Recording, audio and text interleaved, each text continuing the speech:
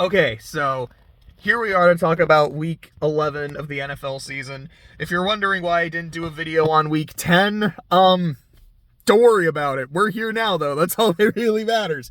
Speaking of people who need to worry, the fucking Bengals, man. I mean, the first game of the week was Cincy going to the Ravens on Thursday night. The Ravens won 34-20, and even then, it wasn't that close. The Bengals scored like a garbage time touchdown. I think they got it. It was either like right at the 2-minute warning or already inside the 2-minute warning when they were down 20. I don't even want to say it was just like, man, the Ravens steamrolled them. It really was, once Joe Burrow got injured, the game was over. The Ravens didn't get out of this unscathed either. Like, the injury to Mark Andrews is huge for them. But I feel like without Andrews, the Ravens lose a big weapon. I still expect them to make the playoffs. They might not win the division because Cleveland is right there. But I still expect this to be a playoff team and still a strong contender, although clearly not at full strength. We've seen the Bengals when Burrow was playing, but not at 100%. With Burrow not playing, I don't have a lot of confidence. This is still has a lot of good pieces. Don't get me wrong. They could definitely still win like a couple games or so. But when I look at just the way the AFC is, like, okay, you're a few games behind the Ravens, and you've been swept. You're probably not going to catch them for the division. You got 2 games against Pittsburgh, plus another game against Cleveland. Who knows how those are going to go? Burrow and the Bengals don't play Cleveland very well. They might get swept by them, too. There's this whole mosh pit of teams that are 6-4, 6-5 or so. And the Bengals are right in the thick of it without their QB for the rest of the year. I don't think they're going to make the playoffs this year. They could. Like, what's his name? Browning, I think. Like, hey, if they go on a crazy run with him, who knows what the fuck, man? I mean, it's not exactly that the people thought the Niners were completely dead in the water when Purdy took over last year, but no one was expecting that kind of a run. Who knows? Maybe Browning can be the Brock Purdy of the year. I don't know, but I'm not expecting the Bengals to go on a run, and that really does suck for them. As far as the game itself goes, I remember there was this one point where the Ravens had this long touchdown. I think it was Zay Flowers who scored it, and it got called back on a phantom holding call that I thought was bullshit. Then later, a phantom PI call that was also bullshit set up the Ravens to score a touchdown. Not on the same drive, because they scored a touchdown on that same drive with a bad holding call. I think it was the next one was the PI, and I was like, I don't know, I guess that's the makeup, but boy, that was nothing there. That was fucking awful. But the Ravens are 8-3. They're the top seed in the AFC. Again, like, without Andrews and with the Browns breathing down their neck and Pittsburgh already having a win against Baltimore in their pocket, they're not exactly sitting pretty. Like, it's not like, oh man, they're going to walk away with this division.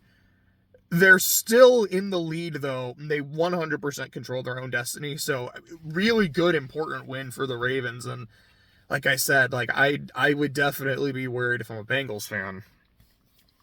Moving on to the next one, which is staying in the AFC North, Pittsburgh and Cleveland. Cleveland won 13-10. And I'm so mad at myself. Because at first when I was looking at the games, I was like, I've got Cleveland. And I thought about it, and I was like, I'm going to go Pittsburgh. Both defenses are really, really good. I mean, it's not like I trust the Pittsburgh offense, but I mean, Cleveland's going to be playing DTR, and like, that's like a complete unknown. Like, I don't know. I'm going to pick Pittsburgh. And then by the time kickoff happened, I was leaning toward Cleveland. I was like, no, I think Cleveland's going to win this game. Yeah, they're without Deshaun Watson. They've been winning without or in spite of Deshaun Watson all fucking season. I'm picking Cleveland. But when I had made my post, I had already said Pittsburgh. And I remember seeing it later, and I was like, fuck! I stuck with Pittsburgh? Damn it! Like, I thought Cleveland was going to win, and then they did. I was so mad. But it is what I had posted, so I have to take the L on that one. But, This really was two elite fucking defenses and two terrible offenses. I've seen a compilation of Kenny Pickett, every throw he had beyond the sticks in this game, and like they were all fucking terrible. And the Steelers caved. Tomlin caved. He fired offensive coordinator Matt Canada, something that the fan base wanted as of last season. And I'm going to be honest, it feels kind of shitty just when it happened. Like, if it had happened at the end of the season last year, okay, that sucks. If it had happened, like, a few weeks ago, like, I mean, like, it still sucks. It's a man losing his job and everything. But just the week of Thanksgiving, like, a few days before the holidays, finding out that you've been fired, that's really, really fucking shitty. I mean, say what you will about him as a coach. I mean, a lot of people have talked about, like, how fucking terrible of an OC he is. I just don't like the timing of it. Like, the timing in terms of the season, like, hey, we need to get our fucking offense together so we can make the playoffs and shit. I get it. Like, I remember in 2012, the Ravens, I don't remember how far into the season it was, but they fired Cam Cameron, their offensive coordinator. Like, we need to go in a different direction, and they won the fucking Super Bowl that year. So this move could 1,000% pay off for Pittsburgh. I 100% get it. It's just man, right before Thanksgiving, though. That's pretty fucked. That's really fucked. Aside from that, there was this really cool touchdown by Jaylen Warren. I liked that a lot. I really didn't have much else to say. It was just, man, these are two great defenses against two really, really bad offenses, but I genuinely think that Cleveland is a Super Bowl contender. Which sounds weird to say with how bad and inconsistent that offense is, with the losing Chubb for the season, with Deshaun Watson and all that shit. That defense is good. It's really, really good. I know how much we value offense in this league, but only a few years ago we had a Super Bowl end 13-3 because defense is that fucking important. As a fan of the Saints for years, man, I have seen so many teams where Drew Brees is dominant, where he's throwing like 5,000 plus yard seasons year after year after year. And some of those didn't even make the fucking playoffs because the defense was that atrocious. A great elite defense is an equalizer because they can put an offense in position to score points. They can take the ball away. And they can fucking score points if they need to. I'm not going to say, like, yeah, I'm picking Cleveland to go to the Super Bowl. I'm picking them to win the Super Bowl. But I do genuinely see them as, like, this is a contender of a team. I would not at all want to play Cleveland in the postseason. That defense, Sorry, now I'm trying to think of, like, the other teams. Like, if I'm Kansas City, especially with how fucking bad Kansas City's offense has been lately, I really wouldn't want to play Cleveland. Like, I don't know who I think is coming out of the AFC right now. Like, I'll say for the NFC, right now I'm picking Philly. Now they're going to play San Francisco next week, so that'll definitely give me a much better idea, but is the next Dallas game right after that? I think it is. I don't remember who they're playing this week. Oh, no, they're playing Buffalo this week. I think they're going Buffalo, San Francisco, and then I think it's Dallas again. I mean, I don't feel like it's a stretch. It's like, man, I'm going to learn a lot about the Eagles at this point. They're 9-1. Like, they're a great fucking team. That San Francisco game is really important, though. But I feel like at this point, I could safely say Philly is my pick to represent the NFC in the Super Bowl. I have no fucking idea for the AFC, man. You know what? I'll say this. I will say this. If the Bills make the playoffs, they're going to the Super Bowl. With how fucking insane their schedule is right now, Philly, Dallas, Kansas City, New England should be fucking easy. The Chargers are definitely not a guaranteed win any week. I think there's like another one or two games where I'm like, that looks fucking rough. Oh yeah, and another game against Miami, of course. Buffalo has a wild schedule. If they can get through that and make the playoffs, I would probably pick Buffalo, because I'm like, that's a team that's getting hot at the right time. But if they don't make the playoffs, I don't fucking know. We'll see. But I would not at this point bet against Cleveland, because holy shit. As for Pittsburgh, I mean, maybe with a different offense, with a different system, they can actually put up points. They could actually start rolling, and they can complement that great defense. I don't know. Being able to play a wounded Cincinnati twice might give them the wins that they need to like keep a playoff spot, but I'm not as confident in Pittsburgh right now, but I also really wouldn't be surprised if they were in the postseason, especially with Tomlin's voodoo magic. Definitely a great win by Cleveland. Next we have the Raiders and the Dolphins, where the Dolphins won 20-13. This was kind of a fun game to follow because the Raiders never gave up. There was so much shit. Like, they had early leads in the game. They forced several turnovers. They had like a 4th and 1 stop, like deep in their own territory. I think it was like inside the 10-yard line or so. They did not give up. And even at the end of the game, like, they were only down 7 with the ball, with a chance to tie it. They didn't. They turned the ball over. I mean, like, credit's due as well. It's like, yeah, the Raiders never gave up. Neither did the Dolphins. The Dolphins were able to force 3 picks. I think 2 of them were from Jalen Ramsey. Like, dude came back and has been balling. He's been fucking feasting. I love to see it. They also, I think, got like a couple 4th down stops of their own against the Raiders. This was a pretty fun game. Miami doesn't look as offensively elite as they did earlier in the season, but I feel like with Ramsey coming back, that defense is getting kind of scary.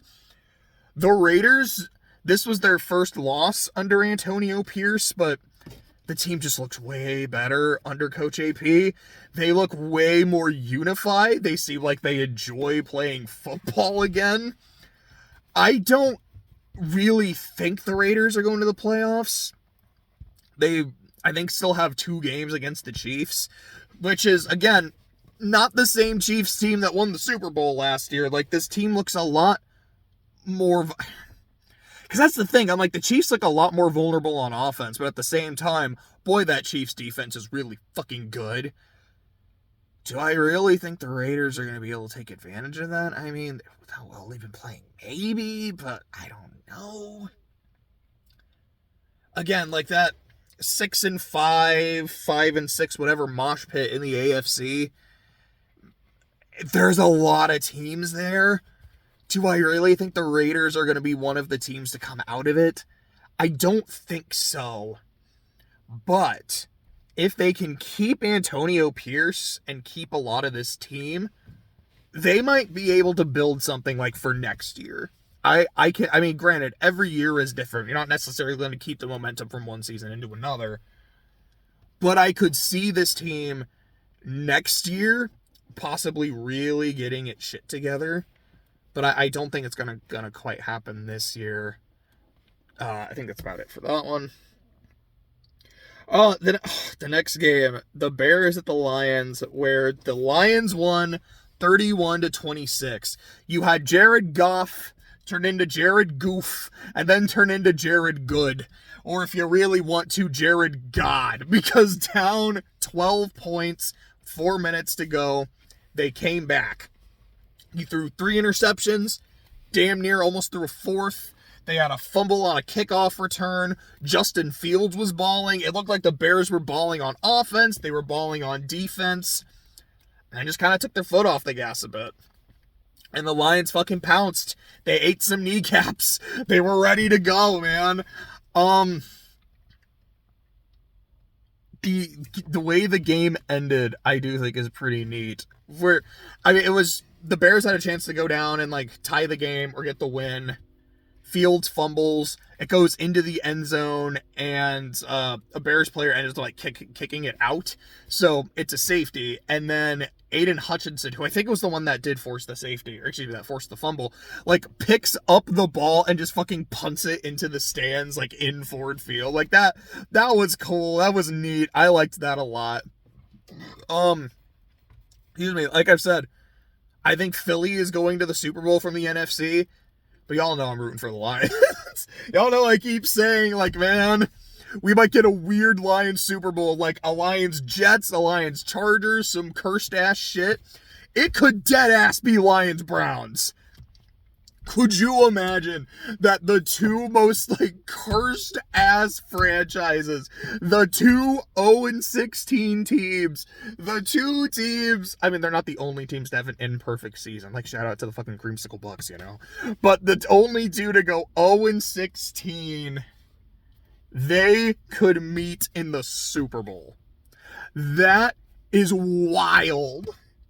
You have an elite fucking defense versus whatever the fuck the Lions are. Because I'm not sure. I've seen games where they've played really good defense, like the fucking Falcons game. I've seen games where their defense has been shredded. The Ravens game. I have seen their offense dominate. I've seen their offense be dominated. Their identity can change depending on what they need to do to win. And they don't always win. They're not undefeated, and boy, did the Ravens fucking humble the shit out of them when they played there.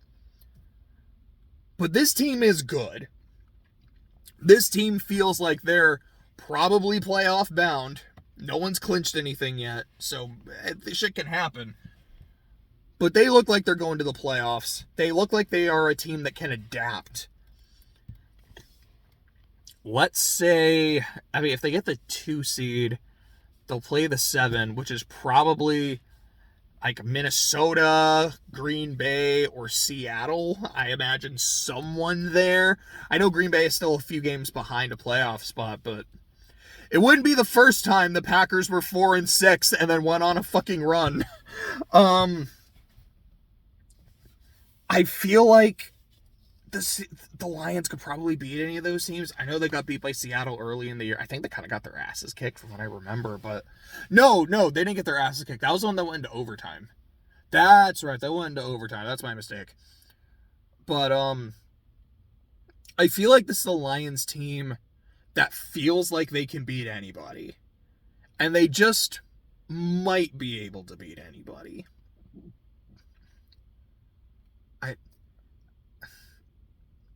I really hope they get a high seed in the playoffs. Like, I want to see the Lions win a playoff game, man. I really do. I'm rooting for it. Again, unless they're like playing the Saints or something, then fuck them. But I'm hoping for it.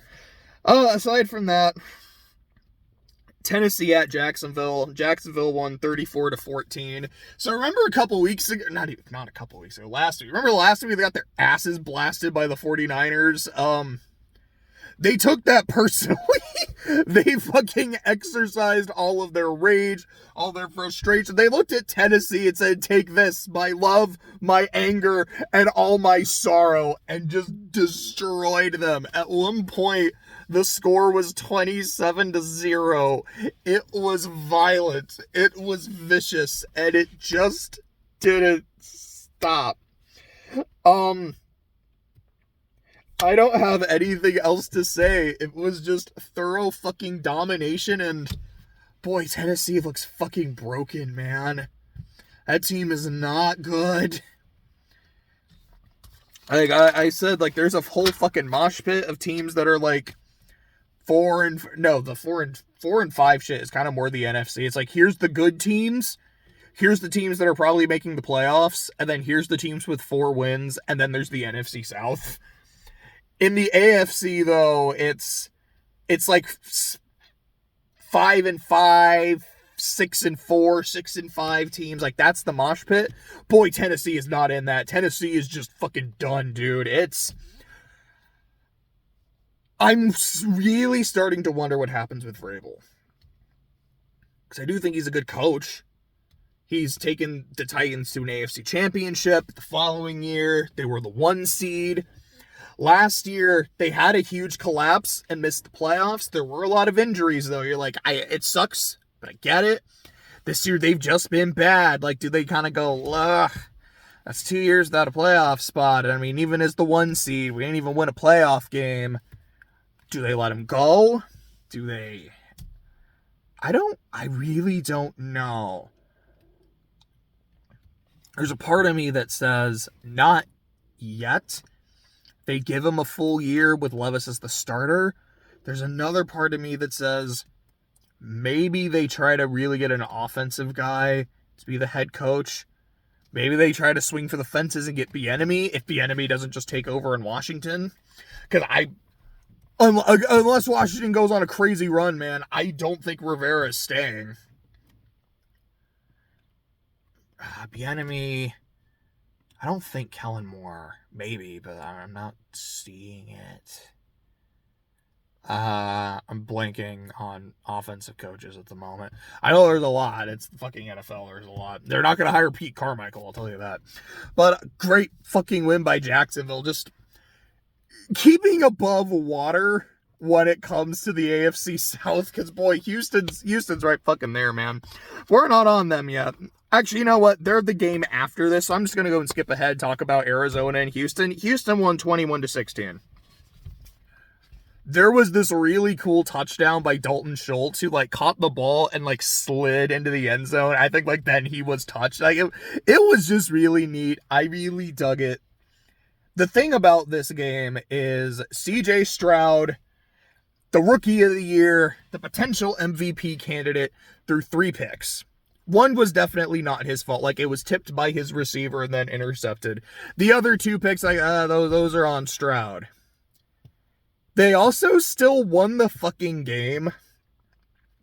Which you could say, it's like, you know, that says a lot about the other players, says a lot about Houston's defense and shit, which sure. That also tells me a lot about CJ Stroud. That it's not like they were scoring a whole lot, like, after those picks. I mean, like, 2 of them were in the fucking end zone. But, actually, were they both in the end zone? I remember the first one was in the end zone. I was like, that was just a really bad throw. If not in the end zone, one of them was at least, like, inside the 20. I don't super remember exactly. But this team with Stroud reminds me a lot of the Bengals in their second year with Joe Burrow. Because the first year cut short due to injury. Where it really felt like this dude, like this young-blooded rookie, is the exact shot of adrenaline and moxie that this team needed. That with this dude at the helm and his poise and his ability, they feel like they could do anything, that they can beat anybody, and they're not fucking scared of anyone. And I like that. I like that a lot. I've really become a fan of CJ Stroud, man. I don't know if they win the division, I dead ass would probably give him the MVP. Okay, I might still want to give it to... Fuck, I'm sorry. This fucking lighting, I'm sorry. I know it's happened a few times. I've moved my head a little bit, and then it's like the fucking light of God shining down. CMC, I think right now, is still probably the MVP. If Houston wins the division, though, I could definitely see the argument for CJ Stroud. As for the Cardinals, this is a game where they lost by 5. In a game where they had a failed 2-point conversion, went for it on 4th down and didn't get it within, like, the Houston 25, so that's probably 3 points there. And then had to do it again at the end of the game because they were still down 5. If they get that conversion, that's 2 points. They do a field goal, that's 5 points, and they kick a game winner. Even if they don't do the 2-point conversion, they just do the kick a field goal, and then they kick another field goal at the end to win. I mean, I get it. At that point, they were down 11, but I think that was at the end of the 3rd quarter, if I'm remembering correctly. You want to go ahead and go for 2 so you could get it, so you know, so like you just need the field goal. But this is the inherent risk of going for 2. If you miss it, that that one extra point is going to fuck you up. Or I guess in a way, those 2 extra points. Like, man, it is a big fucking difference being down 3 and being down 4. It is a very big difference being down 6 and then being down 7. I notice teams now, when they're down 14, especially later in the game, go for 2 instead of just taking the points. And I don't know what I think of it. I get it. It's like, okay, if we get this, then if we get the ball back, we can score, kick the extra point, and just win the game. Where no bullshit, we're Gucci. Sure. Yeah. The downside is if you miss the 2 points, you then have to go for 2 later to get to overtime. Yeah, obviously that's how it works. It's like, but I mean, you could miss the kick too. The kick isn't as automatic as it used to be, but it feels a lot more reliable than getting the 2 points. And I don't know, like, because I remember this one game a few years ago. It was between the Saints and the Niners. The final score was like 49-47 or like 50-48. It was some wild shit. And I specifically remember, not once, not thrice, but twice, the Saints had a chance to kick, or like had a touchdown, went for 2, and didn't get it. And if they had taken those extra points, like if they had just done the regular extra point either time, I think the game would have been tied. Excuse me, instead of going for 2, if they had done the kick both times, the 49ers wouldn't have won on a game-ending field goal. It would have went to overtime, and then who knows what would have happened. And that was a year where the 49ers had the 1 seed because of all these tiebreakers, and the Saints were the 3 seed. They had won that game, maybe they'd be the 1 seed. Like, who knows how different things would have been that season. Maybe not at all. But it is like, I know what going for 2, how it can fuck you over. I don't love it as a decision. And yeah, the Cardinals definitely learned the hard way. The game I skipped over, that was the Chargers at the Packers. The Packers won 23-20. It was a game that the Packers won by 3 when there were 4 points left on the board. They had a missed field goal and a missed extra point. It's a game where the Chargers left a lot of fucking points on the board. They had, I think Keenan Allen dropped a pass that would have given them a 1st and goal. They had to settle for 3. Another receiver that I think was also Keenan Allen dropped a touchdown that hit him right in the chest. Had to settle for 3. There was also, at the very least, like at the end of the game, Herbert hit a dude, would have put him in field goal range. That was a drop pass. Eckler fumbled the ball right near the goal line. That could have been the game tying or winning field goal with any of these extra points. It was a game where the Chargers beat themselves. And that's never good. But when it's a habit, it does not reflect well on the coach. And boy, Brandon Staley is feeling the heat. He was talking after the game, and he's talking about how, the continuity and shit, and how he's like, I'm calling the defense. I don't regret that. You can stop fucking asking me about if I'm going to give up defensive play calling. No, I'm not going to do that. And like, you can... It's not even just that the writing's on the wall. It's like, he's gone. Again, kind of like the thing with Matt Canada. I'm glad they're not firing him like right on Thanksgiving, But at the same time, I'm like, this is not good. This is a team who feels like they are losing due to their defense. And to be fair, this was a game that really felt like on all the drop passes and shit. But when a team is losing by 3 points or less like every time, you expect the defense to be able to get those key stops, especially with a defensive coach. And they're just not.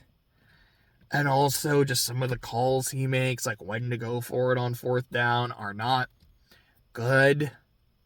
And he cost them that playoff spot 2 years ago with that boneheaded timeout and some of those boneheaded 4th down calls earlier in the game that he really didn't need to make. And then they're up, 27 points? And then they lost in the playoffs. Like, that's not good. And it's not like they really look better this year. And I remember saying a few weeks ago that there was a report that Belichick signed an extension with New England. It doesn't seem like that happened. Belichick might end up going to the Chargers after this season. Justin Herbert might be what puts him at win 300 or so. No, I think he already hit 300, but he hasn't hit the record. I think that's correct. I think it was the Bills game gave him 300. But, good one for the Packers. Stay alive. 4-6 is not good, but hey, I remember Aaron Rodgers, I think it was in 2016, after like they got the shit kicked out of him by Tennessee, the shit kicked out of him by Washington. He's like, hey, I think we can run the table. I know the offense is out of sync. I know the defense has been getting embarrassed, but I believe in this team and we can do it. And if we run the table, we win all our games, we will win the division. And they did. And then they went to MetLife, beat the no, they didn't go to MetLife. They hosted the Giants for that game because the Giants, I think, had the better record as the wild card, but they were still the wild card. They hosted the Giants. Then they went to Jerry World and beat the Cowboys, had an NFC championship game against the Falcons that I picked the Falcons to lose. I was like, I know the Falcons. They're going to choke. They're going to have a big lead and they're going to blow it. And they didn't until their next game. So I knew it would happen. I just got the game wrong. But I remember that Packers season. So the Packers being 4-6, they're really not quite out of it yet. Especially when I look at the Seahawks and I'm like, what are your... Geno got injured. I guess we'll put a pin in that. But it's like, the Seahawks aren't looking great right now. What are their next 3 games? San Francisco. Okay. Probably going to lose. No offense, but you're probably going to lose. Dallas. Probably going to lose. And then San Francisco. Probably going to lose. So that's theoretically possibly 3 straight losses. Packers are down 2 games. I don't think the Packers are going to beat the Lions on Thursday. But if they can win 2 of those games, they're right there again. This really isn't over. They also have another game against Minnesota. They can win that one. Green Bay's not out of it yet. I don't know if they're making the playoffs. I wouldn't pick them to, but I don't think I'd be that shocked either. I definitely don't think they're winning the North, though. After that, Dallas and Carolina. Dallas won 33-10. At the end of the third quarter, it was 17-10, and I was like, this is closer than I thought it would be. Is Dallas on upset alert? Like, I don't think they're going to lose to the Panthers. It'd be funny, but I don't think they're going to lose to the Panthers, but are they on upset alert? And then later I was like, oh, no, they destroyed them. Never mind. You're all Gucci. This was thorough domination. This was a game. How many times has Bryce Young sacked? I know I wrote it down. It was like 7, 9. It was 7. Okay, 9 is the Giants game. Sorry, I just saw the fucking bright-ass sun. It was 7 times Young got sacked. I noticed there were like several third down stops that the Panthers defense got, but they were flagged because they felt genuine too. Flagged so the drive extended, and then Dallas was able to get points where maybe they wouldn't have. Carolina was in the game more than you'd maybe think they were, but they beat themselves and let themselves get beat, and Dallas was able to cruise. Which, again, if you're a Super Bowl contender, and this is the team with the worst record in the league, this is what you should be doing to them. So good shit by Dallas. Giants at the Commies. Giants won 31-19. Danny DeVito... Fuck, I didn't even mean to do that. Tommy DeVito was sacked 9 fucking times, but threw 3 touchdowns. Washington turned it over 6 times, 3 fumbles, 3 picks, including the walk-off game winner. Like I keep saying, it's like, I don't know what the fuck to expect from Washington. I'm like, they're going to beat the Giants. I know they didn't beat them earlier in the year, and I know they got swept No, wait, did they tie last year? I think it was a lot. It was either 2 losses or it was a loss and a tie, because one of them was like really late in overtime. I just don't remember if it was a tie or not. It's like the Giants have their number right now, but it's still the Giants. Nope, they still lost that game. His team's not good. I like Sam Howell. Like, he had this really tough touchdown run where, like, he was, like, getting hit by people. He kind of kept bouncing off of dudes, but was like, no, I'm getting these fucking points. Like, this dude's kind of badass. Right now, he's leading the league in passing yards. Like, this... Maybe if you do fire Riverboat Ron... Again, not, like, right now, but after the season, like, if Ron's gone and... Bieniemy can be like a really good coach, because like, look what the Chiefs are doing without Bieniemy. Maybe he's a really good offensive coach. I don't think Washington's doing anything this year, but maybe next year or so, especially with some of the draft capital they're getting from trading like Sweat and Young. Actually, what did they get for Young? Because I think Sweat was the second rounder. Young was like a third or like a fifth or some shit. It's not a great value, but I don't know, maybe they can get some good players with it. Tampa Bay and San Francisco. This is 27-14 win by San Francisco. That includes like one touchdown in the fourth quarter. For a decent chunk of the game, it was 27-7. Tampa just got destroyed. A full health, full power San Francisco team is dangerous. Purdy's not losing them games anymore. CMC, like I said, he's probably my MVP right now. I'm still leaning more toward Philly. But this Niner team is fucking good, man. I don't really have anything to say. The Jets and the Bills won 32-6. I watched part of it. I watched like the end of the third quarter and a chunk of the fourth quarter. I was like, this is just sad. This is just embarrassing. The longest pass of the day for the Jets was a fake punt. Zach Wilson's now the third-string quarterback. The Bills' defense has honestly, these last few weeks, been playing really well, even with all the injuries. It's the Bills' offense, like, starting slow and shooting themselves in the foot that's the problem. And when they don't do that, they win. Buffalo's in that mosh pit. They're the 8th seed right now, but they don't have an easy schedule. Like I said, like, it's the kind of schedule where if you make it through that and get into the playoffs, that's a team that is playing with confidence. Like, we can beat anybody because we just beat everybody.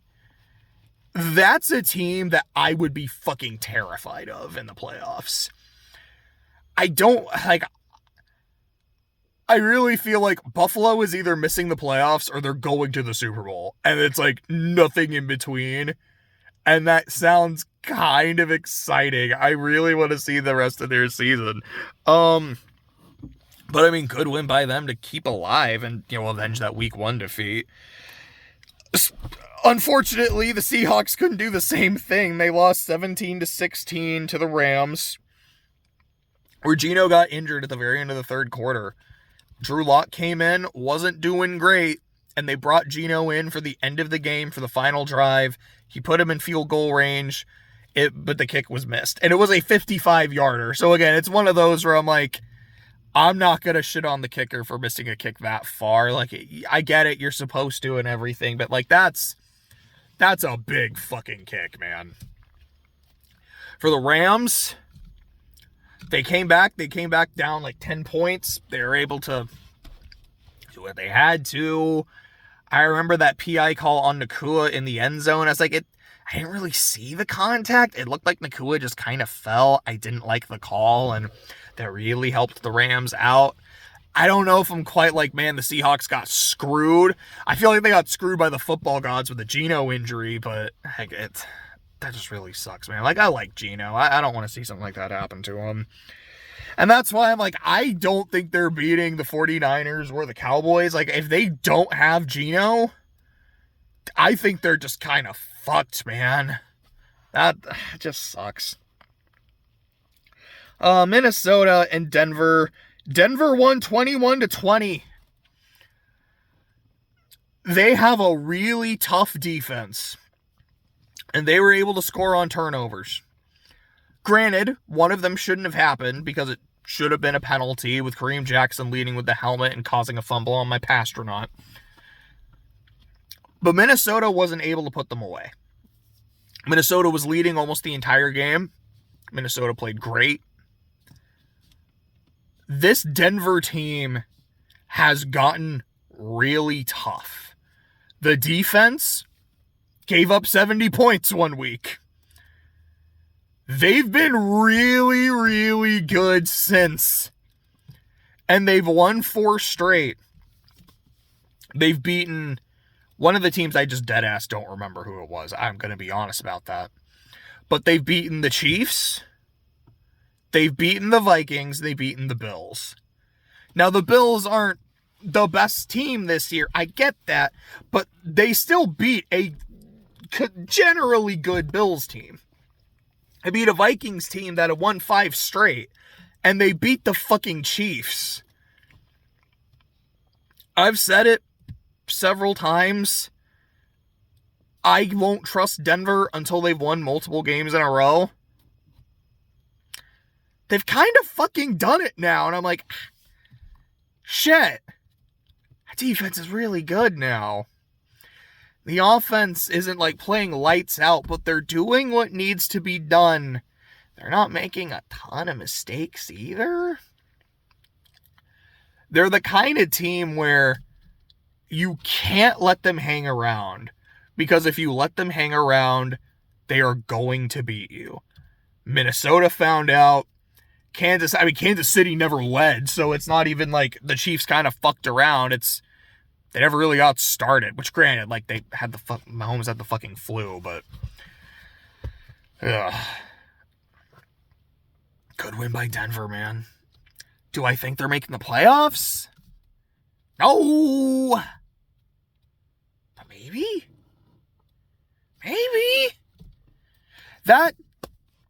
Well, they also lost to the Chiefs once, so I don't really know how that tiebreaker would super work. But it helps. They at least have some conference tiebreakers. The fucking Bengals don't. They've only beaten the Bills. Every other team in the conference they played, they fucking lost. But, good shit by Denver. And again, for Minnesota, Justin Jefferson's coming back, I think, next week. That's good. Like, that's really, really good for them. Like, holy shit. It's kind of wild that, like, the games without Jefferson, aside from this one, they won all of them. And that's not me trying to be like, oh, man, like, clearly Justin Jefferson's not actually that good. Look how good they are without him. It's like, no, that's kind of how, I don't know. I guess, like, that's how good the Vikings are, but they were terrible before that. They just kind of got their shit together. Putting, like, them getting their shit together and then throwing Justin Jefferson in there, I think it's just going to make them that much better. We'll see if Josh Dobbs is kind of a fluke or not. I don't want him to be. I really like Josh Dobbs. I don't really have anything else to say about that one, but good one by the Broncos. I think the Vikings are still going to be okay. Philly and Kansas City, where Philly won 21-17. And the Chiefs did not score in the second half. A game that started with both teams going 3 and out. Both teams scoring touchdowns. The partway in the first half, both teams traded interceptions. This game felt fucking even. I loved it.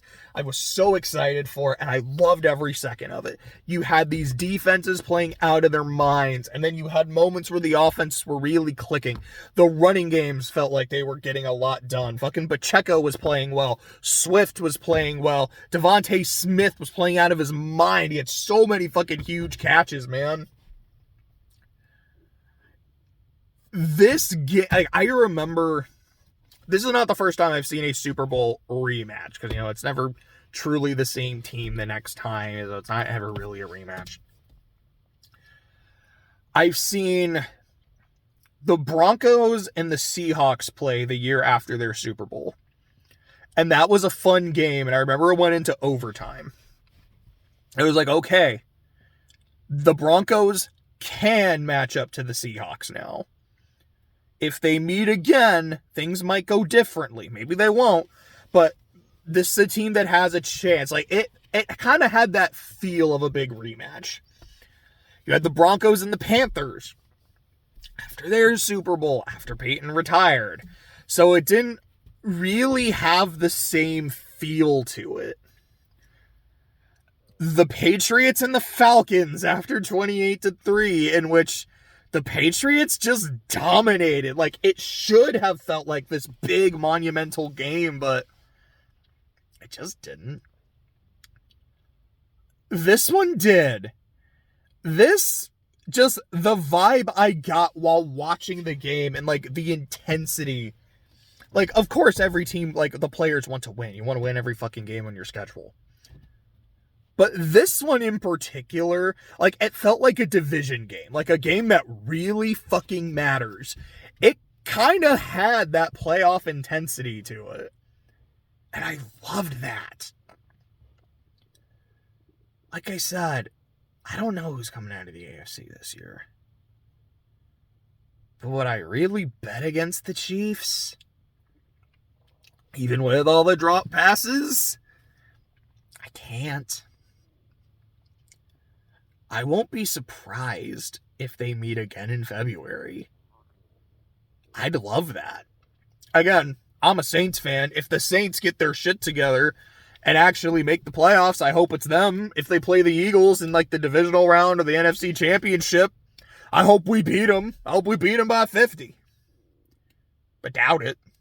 But I hope we do. But I would not be surprised to see Chiefs-Eagles. And I'd be really, really excited for the third game. But, that was week 11. I had fun with it. Hopefully next week the Saints beat the fucking Falcons. But, we'll get to that when we get to that. But until then, I'll see you.